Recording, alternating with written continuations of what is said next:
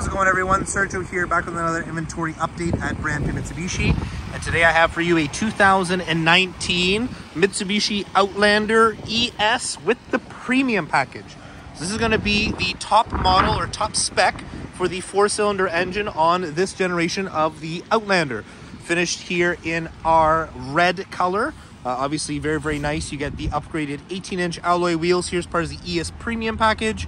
You do get, obviously, as standard, all-wheel drive or all-wheel control. Remember that Mitsubishi was the first manufacturer to mass-produce the all-wheel drive system back in the 1930s. So we've been doing all-wheel drive for a very, very, very long time, and it's one of the things that, obviously, we pride ourselves for our vehicles. Nice fog lights, you have your daytime running lights here, those little fairy lamps, and then your regular headlights.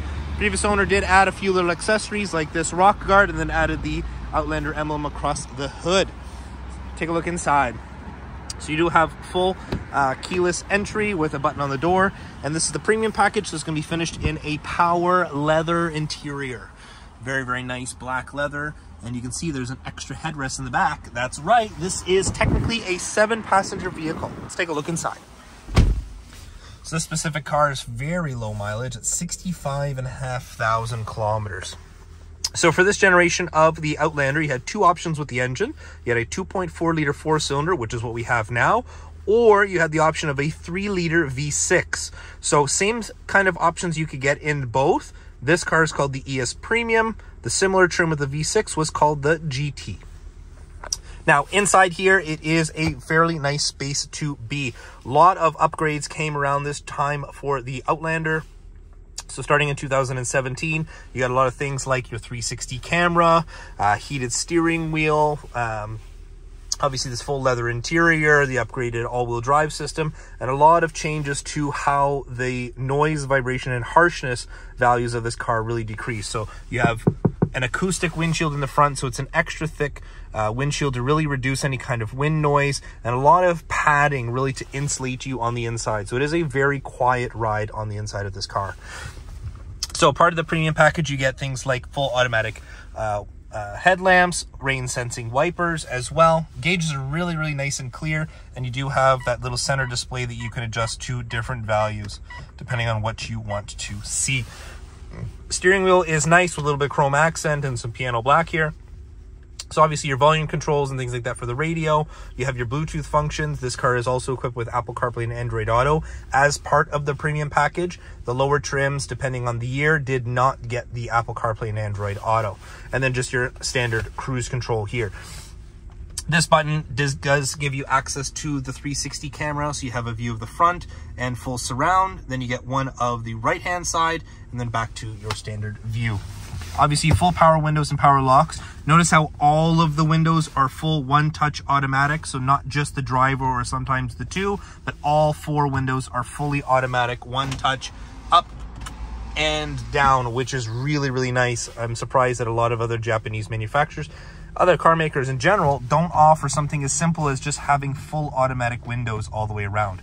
As part of the premium package, you do get the blind spot monitoring, so you can see the little icon there. So when someone's in your blind spot, that will light up yellow. And then the previous owner did add these little bubble mirrors to help with parking at the same time. Center stack, pretty good. So again, you have your 7-inch display here. It's a full touch screen and a fairly simple system to use. So AM, FM, Bluetooth, satellite radio, Apple CarPlay and Android Auto, all as standard here. Like we took a look at already, if you throw this thing in reverse, then you get your nice backup camera with your 360 view. And again, if you push the button on the steering wheel, you get the side view there. So when you're parallel parking, you can see this green line is where you should put the curb so you don't damage the rim. Now, the nice thing about the 360 camera is this side view is available at any speed. The front camera, as you can see here now, will shut off or black out after about 15 or 20 kilometers an hour. Obviously, they want you looking at the road instead of looking at the camera.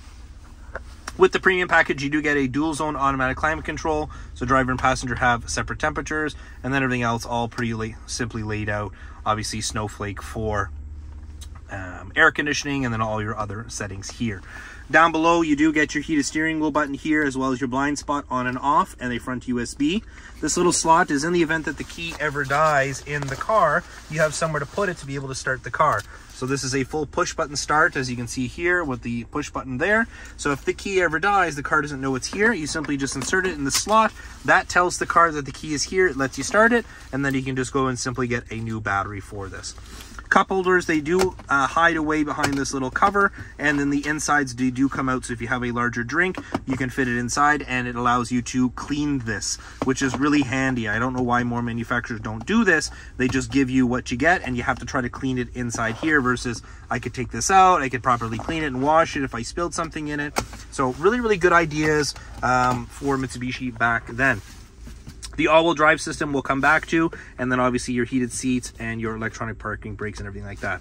So with the all-wheel drive system, or what we call all-wheel control, you have access to adjust how the four-wheel drive system behaves. So you can see here in the top left-hand corner, it says the all-wheel drive is in eco mode, you have an auto selection, and you have a lock section. So eco is what you would use when the roads are nice and dry, like a day like today where there's no snow on the ground. The car will mainly provide power to the front wheels to get you a little bit better fuel economy. But in the event you lose any kind of traction, the power is immediately sent to the back on demand. It's what we call a reactive system. Now, let's say, for example, it's December now, and it starts to snow, and we have some snow on the ground. We don't want to wait for the wheels to have to slip before you get that all-wheel drive. You want all-wheel drive right away. So what you can do is you simply push the button once. That's going to bring you into the four-wheel drive automatic mode. And now you're telling the car, I want all-wheel drive, but I want the car to be able to handle what it does with that all-wheel drive. Whether it defaults more power to the front, more power to the rear, the car will decide what it needs. Now, on those really nasty days, and you know what I'm talking about, when we get absolutely dumped on, or a big snowstorm, we get a big piling of snow, well, that's when you're going to push it one more time, and this is more or less your panic mode. I need all the help I can get, so the car is now going to go into what we call the all-wheel drive lock mode, where it's splitting the power equally, 50% to the front and 50% to the back, to really give the driver all the necessary grip and control to be able to get out of whatever situation they're in. The nice thing with the all-wheel drive system is not what you would think like a regular pickup truck or 4x4s. This system can be changed on the fly. So at any point, I can change this system, whether I'm stopped or moving, and I can adjust how the all-wheel drive system behaves. One of the nice key features that Mitsubishi has, especially being in the all-wheel drive game as long as it has. Center console, it's not too bad, but everything is really nicely padded. You can see how much cushion there is, so it's very comfortable on your arm, especially when you're driving. Really nice seating position. The seats themselves too, again, they have nice support, but enough cushion and bolstering to hold you into place. Storage space, pretty good. So you have a lower tier and an upper tier. So typically what we do is we have the books and everything up top, and then your wheel locks you can throw up here. So it gives you full access to this nice glove box for all your storage, and then your important things like your books and stuff all out of the way. Door pockets, again, not too bad. So a nice space there for bottles and a little bit of storage on the side. And same thing here on the driver's side, a pretty good space. Let's go ahead and take a look at the back seats. So again, part of the ES Premium package, like we talked about, is this leather interior, but you also get a regular sunroof in the front as well. These back seats, they are fully adjustable, so you do have some recline options between the seats. You can have them more upright, and there's a bunch of different ways that you can adjust them. They do fold completely flat as well, so it's kind of this cool ejection seat type of style. So this will allow the seat to go completely flat. And then you can see our extra seats there. So one is down and the other one is up, and they have adjustment as well. So this is a 7-passenger. Albeit it is a smaller 7-passenger. You're not gonna put a full-size adult back here, but things like children or smaller adults, you can definitely put in the back seats for those shorter trips, or even any kind of road trip that you need extra space.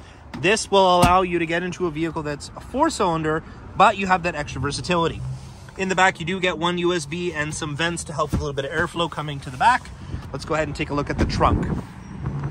Majority of customers with this vehicle, they're going to use it as a 5-passenger, and these extra seats are really kind of an emergency only. So you do have a little bit of recline. You can lean it back a little bit more or have it a little bit more upright.